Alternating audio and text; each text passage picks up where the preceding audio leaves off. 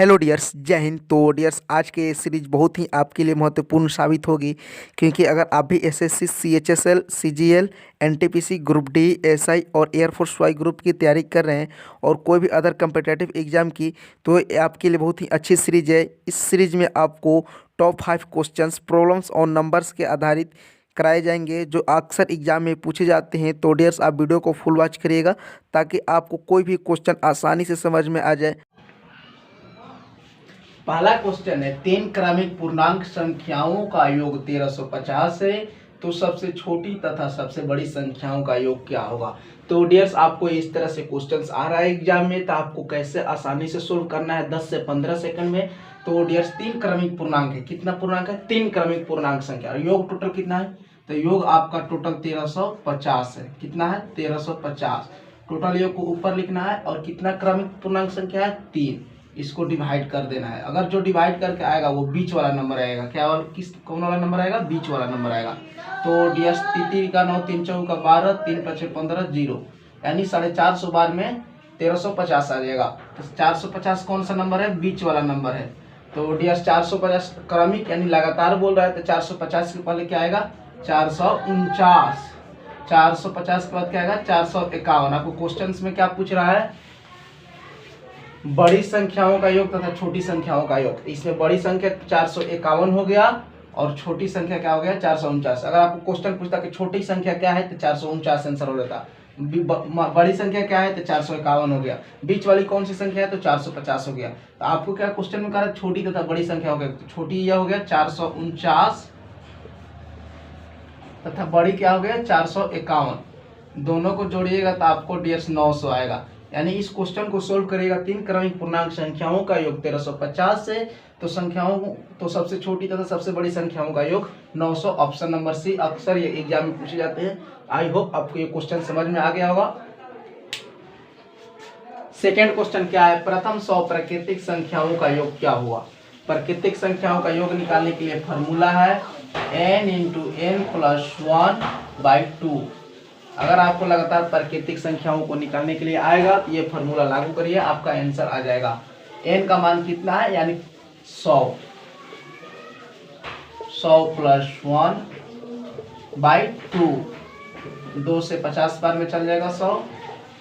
50 × 100 में 1 जोड़ेंगे तो क्या आ जाएगा? 101। आपको इसको गुना करना है 50 से 101 में। 50 से 1 बार में 0, 0 तो 5, 50 से आपका अगर लगातार 100 प्राकृतिक संख्याओं का योग करिएगा तो 50-50 यानी 5050 आ जाएगा। आपको कोई भी लगातार प्राकृतिक संख्याओं का योग निकालना है तो आप इस फॉर्मूला को लागू करिए। क्वेश्चन नंबर 3, दो संख्याओं में अंतर 14 तथा उनका योग 20 है, तो उनका गुणनफल क्या होगा। अंतर कितना है? 14। x - y = 14। दो संख्याओं का अंतर 14 तथा उनका योग 20 है। x + y = 20। तो आपको क्या पूछ रहा है? तो उनका गुणनफल क्या होगा? x × y = वाट। हमको क्या निकालना है? x × y। तो आपको इस तरह के क्वेश्चन में क्या करना है? अंतर को लिख लेना है। x - y = 14, x + y = 20। इस इक्वेशन को सोल्व करना है। ये कट जाएगा y x कितना हो गया? 2x = 20 और 14 को जोड़ेंगे तो 34। x = कितना आ गया? 17। x = 17 तो y = क्या आ जाएगा? 3। 17 और 3 को जोड़ेंगे तो क्या आ जाएगा? 20। तो टोटल संख्या कितना आ गया? 20। योग जोड़ेंगे तो 20 आ गया। अगर आपको 3 कैसे निकालना है आपको बता देना है। समीकरण में x का मान रखेंगे। x कितना मान है? 17 + y = 20। इसमें रखें तो 17, y = 20। 17 उधर जाएगा तो -3। अब y का मान कितना आ गया? 3। तो आपको क्या निकालना है? x × y। आपको x का मान पता चल गया, y का मान पता चल गया, तो गुणनफल निकल जाएगा। 17 × 3, 17 × 2 = 34, 17 × 3 = 51।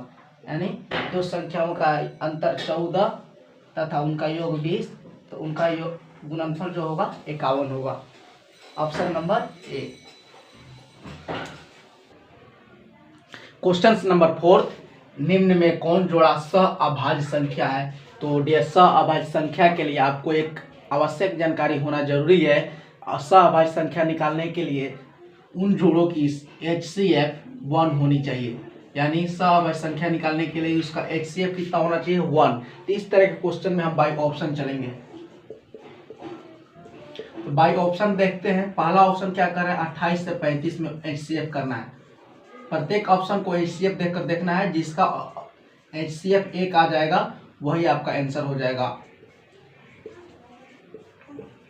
28 और 35 का HCF निकाले तो आप मेरा HCF कितना आया 7। तो हमको कितना चाहिए HCF 1 चाहिए। ऑप्शन बी को देखते हैं। 14 से 35 एक बार में 14 दूनी 28, 7 दूनी का 14, इसका भी HCF कितना आ गया 7। हमको कितना HCF चाहिए 1।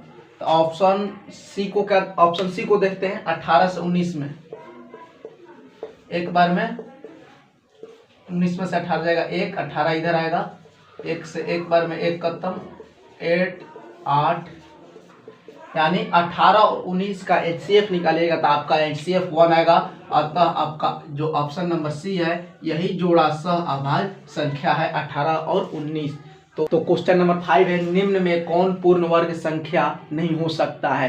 पूर्ण वर्ग नहीं हो सकता है। तो पूर्ण वर्ग यूनिट डिजिट हम देखते हैं। क्या देखते हैं, यूनिट डिजिट हमको देखना है। तो आपको एक नियम बता दें, 2 3 7 8। और इस तरह का क्वेश्चन कहीं भी आए, अगर जिसका यूनिट 2 3 7 8 रहेगा तो वो कदापि पूर्ण वर्ग संख्या नहीं हो सकता है। इसका यूनिट डिजिट 4 है, ये तो पूर्ण वर्ग संख्या है।